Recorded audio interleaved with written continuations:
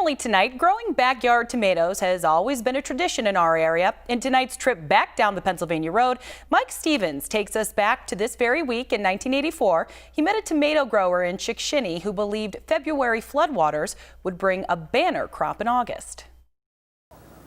Last February, Sam Gensel's yard and garden looked mighty poor. High water from the Susquehanna had covered it.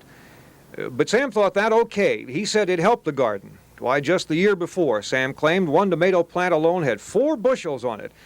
And Sam thought the river helped a lot. There's something in that water that just fertilizes the ground better than any common we've ever seen.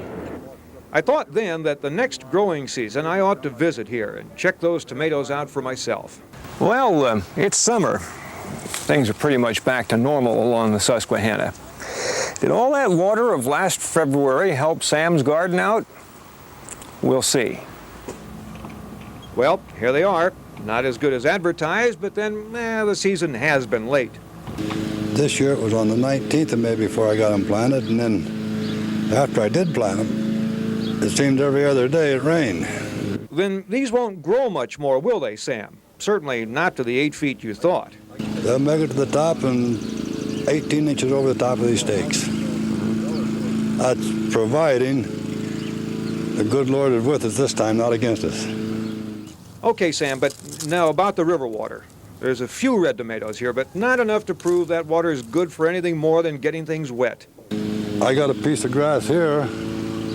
I got to cut that twice to that up there, and that didn't get no river water on it. This here all got river water. And I cut this twice, or I cut that once. Uh-huh. Well, I guess the jury's still out on this river water fertilizer business. You know, I bet it would have worked if only we'd had less rain and more sun. Why, with that in the river, you'd never stop these tomatoes.